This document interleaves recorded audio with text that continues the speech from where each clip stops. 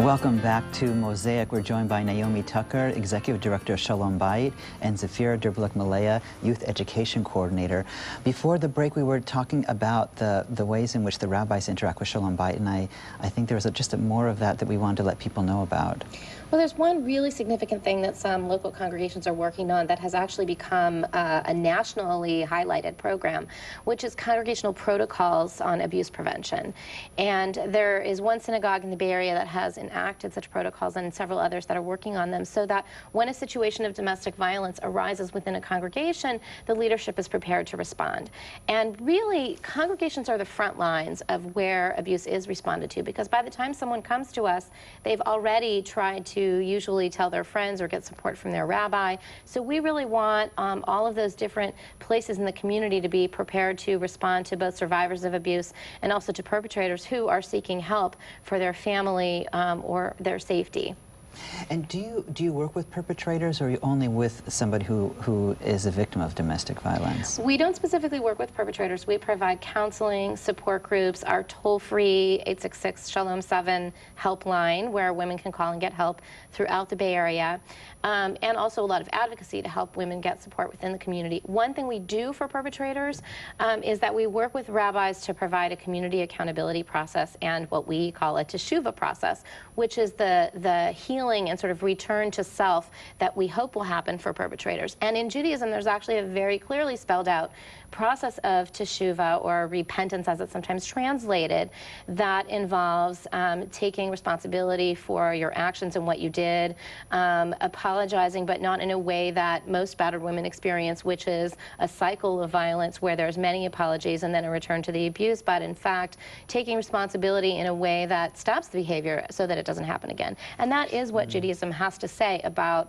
what to do when you have harmed someone. So we work very carefully with rabbis to help them in a great teshuvah process that is authentic in cases of domestic violence. And I know as a niche agency that is focusing very specifically on this issue, that you have so many other deep and abiding programs that you offer to the community. Yeah, the truth is that in addition to all of our services that we provide for survivors of domestic violence and our teen program that Zafira has spoken about, that there's a broader piece of social change work that we do that's sometimes hard to quantify. But it's really about understanding why domestic violence happens and looking at those root causes and helping to shift the community values that allow it to happen in the first place. So our program is really about transforming the Jewish community so that it becomes a place of sanctuary, where abusers are held accountable, where the safety of survivors is the priority, and where survivors can come and feel welcomed and believed. It seems, though, that just as you began in 1992 around a kitchen table in conversation, that in a way you couldn't quantify Jewish domestic violence in the community, but you had a felt experience. You know, of course, it was there. That maybe that thread has continued when you say you can't completely quantify what the social change issues are. Nonetheless, you know they're there. And so that's part, I would imagine, of what guides you in your vision as you come to concrete programming that you then evaluate and execute. Absolutely, and that's part of all of our training and technical assistance and community education, so that we can really prepare the community for how to respond to domestic violence, how to prevent it, what kinds of things we should be teaching to our 3-year-olds or our 13-year-olds, or how we interact with each other on a human level in our community in ways that use power and control in positive ways, as opposed to using power and control in ways that damage other people, so that we can be empowered but not abuse our power over someone else. Zafira, I know that as Youth Education Coordinator, that there's a lot there about how we educate our youth before they reach adulthood to what a healthy relationship is.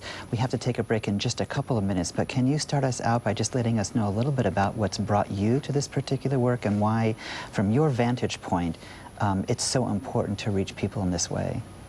Yeah, I came to Shalom Bayit. I was actually a student at San Francisco City College and part of a program there that also does peer education work around preventing dating violence and sexual assault, and just really saw the importance of doing this work, because I really believe peace does begin at home, and we have all these other problems in the world, and sort of finding a place where am I going to help out, and really seeing the impact of when you go and do a workshop for teens and then having a teen come up to you afterwards and saying, this is my experience, and I have a friend who's in an abusive relationship, and this workshop really helped me get the tools to confront my friend and talk to them and support them. So that is, you know, this is why I'm doing the work.